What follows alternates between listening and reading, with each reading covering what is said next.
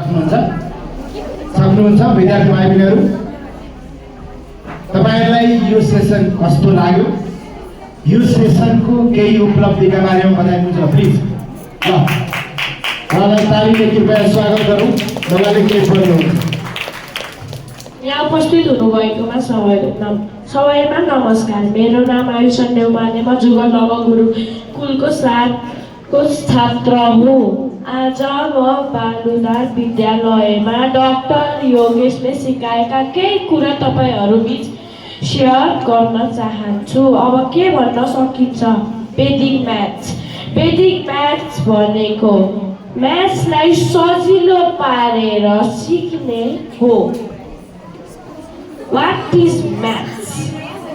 Maths is a subject which includes numbers and other science. यति मात्र होइन, doctor योगेशले हामीलाई सिकाउनु भएको थियो सजिलो भनेको के हो र सजिलो कसरी गर्ने।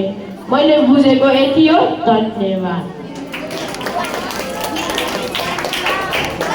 एउटा कुरा मैले साथै म सोध्न चाहन्छु, यो सिकाइ पछाडि अबको म्याथको यात्रा अबको म्याथको क्लासमा हिजो म्याथ भन्ने बित्तिकै कस्तो लाग्थ्यो र अब आजको यो डाक्टर योगेशको सिकाइ पछाडि चाहिँ म्याथ तपाईको कस्तो दिशामा जान्छ, म्याथलाई कसरी लिनुहुन्छ अब पछाडि?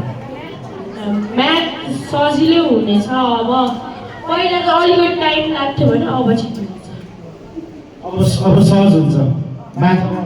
म्याथ एकदमै इजी हुन्छ हैन त। अब यो पछाडि डाक्टर योगेशलाई तपाईँ कसरी फलो गर्नुहुन्छ?